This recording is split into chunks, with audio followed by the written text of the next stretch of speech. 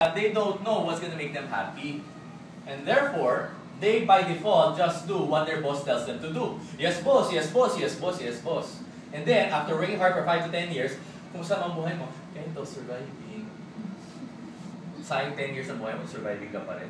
Sayang ka, di ba? And so, first thing that you need to do is you need to focus on something that is your life rather than your boss's life. Here's the biggest problem. A lot of people, they feel that the quota in their job is more important than their family's feelings. It happens. Okay? And success, sabi ko, kung ganun lang, sabi ko, I need to define my success. So how do you define your what you call PSP? What's PSP? Personal Success Project. Kasi kung wala kayong gagawing definition niyan, chances are, you are going to be investing your time, energy, and talents on something for other people instead of for yourself. And after 20 years, nasaan ka na? Parang nagbubuo ka ng bahay, karpentero ka ng ibang tao, after 20 years mong trabaho, hindi ka pala papatirin doon sa bahay nila.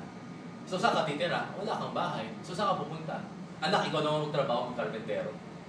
Diba? Ganun mangyari, mag-nurse ka abroad or whatever. Right? And so, define your personal success project. And I realized for me to be happy, I had to have time for the family, time for my health, time for spirituality, and time for service.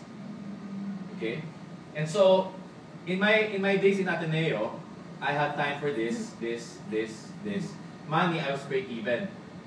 But I was happy. In BNG, I had a lot of money, but I don't have time for this, and this. And so I was unhappy. And so with that, I was able to clarify, to be happy, I needed money, at the same time for all these things that are important to me. Together, not choosing. So sabi ko, ang success project ko dapat, but I need to earn 500,000 pesos per month. Because I don't like a simple lifestyle. I want to have an abundant lifestyle. Okay? I want a safe subdivision for my family. I want a safe car, SUV for my family. And I want to travel the world. Okay? Without budgeting. My family, alam mo, magpapansit noodles kami sa umaga sa budget hotel. so 500,000 per month, but I only want to work 2 to 3 hours a day. Bakit? Tamad ba ako? Yes, to be honest, kung di ko kailangan magtrabaho, tutulog na lang ako or manood ako ng TV or whatever. Hindi pa ako nanood ng TV masyado ngayon. But reading books, whatever, right? But I need more time to spend with this. Kaya ang pera dapat 2 to 3 hours na lang. Pareto, 6 to 8 hours. The best things in life are free, but you need time to enjoy it. Yes or yes? Yes. The problem is, most people, they don't own their time. But I had a goal that dapat by 35 years old, which at that time was around 5-7 years down the road. So nung naklaro ko na to, then I had to look for the right approaches to make this happen.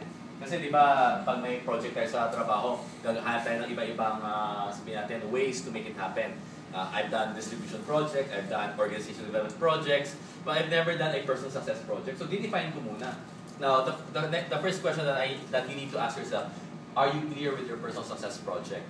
Because chances are, if you're not clear with that, you're not going to be successful. Right? How can you be successful if your success is abstract? And so what's going to happen? You're going to be miserable, tired, and